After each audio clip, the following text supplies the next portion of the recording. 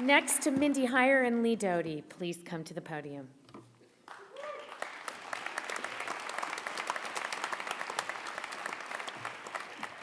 It is my great honor to present to you Mindy Heyer, the consummate Penn alumna. When Mindy arrived on campus in the fall of 1975, she never looked back. Over the next 5 years, she proceeded to get not one, but 2 undergraduate degrees from the college and from Wharton, and a Wharton MBA. You know, I often tell incoming freshmen that the first few weeks of freshman year is often a time where you can meet friends that you might have for the rest of your life. Well, Mindy took that one step further. On her very first day at Penn, she met her next-door neighbor in the lower quad, Andy Heyer.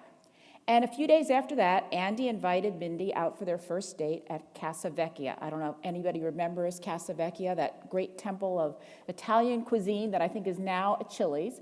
But to make a long story short, Andy and Mindy have now been married for more than 30 years and have 4 fabulous sons who are here with us tonight, James, William, PJ, and Harry, all of whom, by the way, are Penn alums themselves.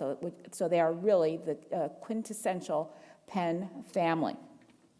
Now together, Mindy and Andy Heyer have taken their love for each other to a shared commitment for their alma mater. Mindy has been a passionate voice for improvements in undergraduate housing at Penn and has been very involved in the quad renovations and high-rise renovations. She was an early advocate for the College House Initiative and joined its advisory board in 2000. What I so admire about Mindy is her willingness to assist Penn in its mission in any way she can. She took the helm of the Penn Vet Board in 2009. Now, if you remember, in 2009, we were in the midst of a very, very deep financial crisis. Funding was under pressure. As many of you may not know, the Penn Veterinary School is the only veterinary school in the state of Pennsylvania. And you know how important agriculture is to the state. And so the mission of Penn Vet is extremely important. And this was a very trying time at the school, and Mindy took it on with great enthusiasm. In speaking to the vet dean, Joan Hendricks, she said that Mindy brought to the board enthusiasm, passion, power, warmth, and a can-do spirit. I love the way Mindy first got involved in Penn Vet. She'll be the first to tell you that when she was an undergraduate, she didn't even know Penn had a veterinary school. And one day she was reading the Penn Gazette, our fabulous alumni magazine, and she saw an ad with cute dogs sitting in a chair, and it was about endowing a chair. So she said to Andy, you know, I'd like to endow a chair for our dogs. Actually, I'd like to do 2 of them. And Andy looked at her like she was crazy, like, I'm going to endow a professorship for the dog?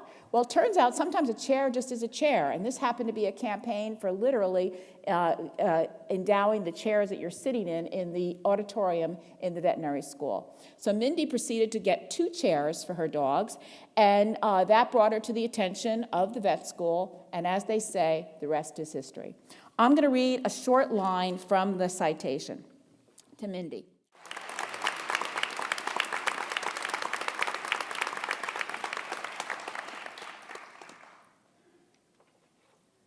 Thank you, Lee. President Gutman, David, Dean Hendricks, Julie,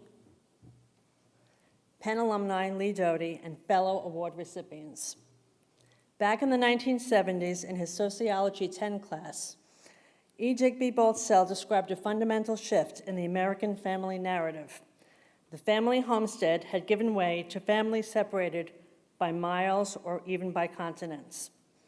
The University of Pennsylvania is the place I grew from child to adult, the constant in my own narrative, and an integral part of the family history that Andy and I are writing together.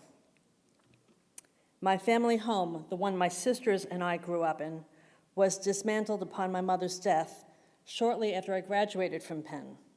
When I visit this campus now, I feel as if I've come home. Hence, it is particularly significant to me that I am receiving this award just before homecoming and Thanksgiving. Here I stand, surrounded by family, lauded for my accomplishments, and I have the opportunity to engage in a tradition common in many homes at this time of year, reflecting on the many things for which I am grateful. So indulge me for just another minute or two.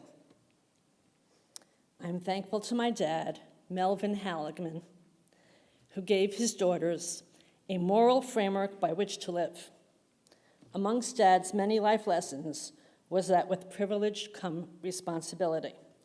It is this lesson that has most resonated with me and continues to inform my life. I am thankful to my university for the education I received and for the lifelong friendships I forged while a student here. And I am thankful to Dean Joan Hendricks, whose invitation to join the Board of Overseers at Penn Vet exponentially increased my level of engagement. Together, Joan and I and the terrific Board of Overseers continue to work towards the common goal of attaining and maintaining preeminent status amongst our peer schools, not only because we believe in the groundbreaking clinical and research work happening at Penn Vet, but also because strong colleges and graduate schools propel this university that I love dearly forward. I am grateful to Andy Heyer, who chose me when I chose him, and I am thankful for the incredible family and the life that we share, and to James and William and PJ and Harry and Haley, who is also a Penn graduate, and to Jessica and Holly and Amy. I am so proud of you all. No one is more fortunate in the family lottery than I am.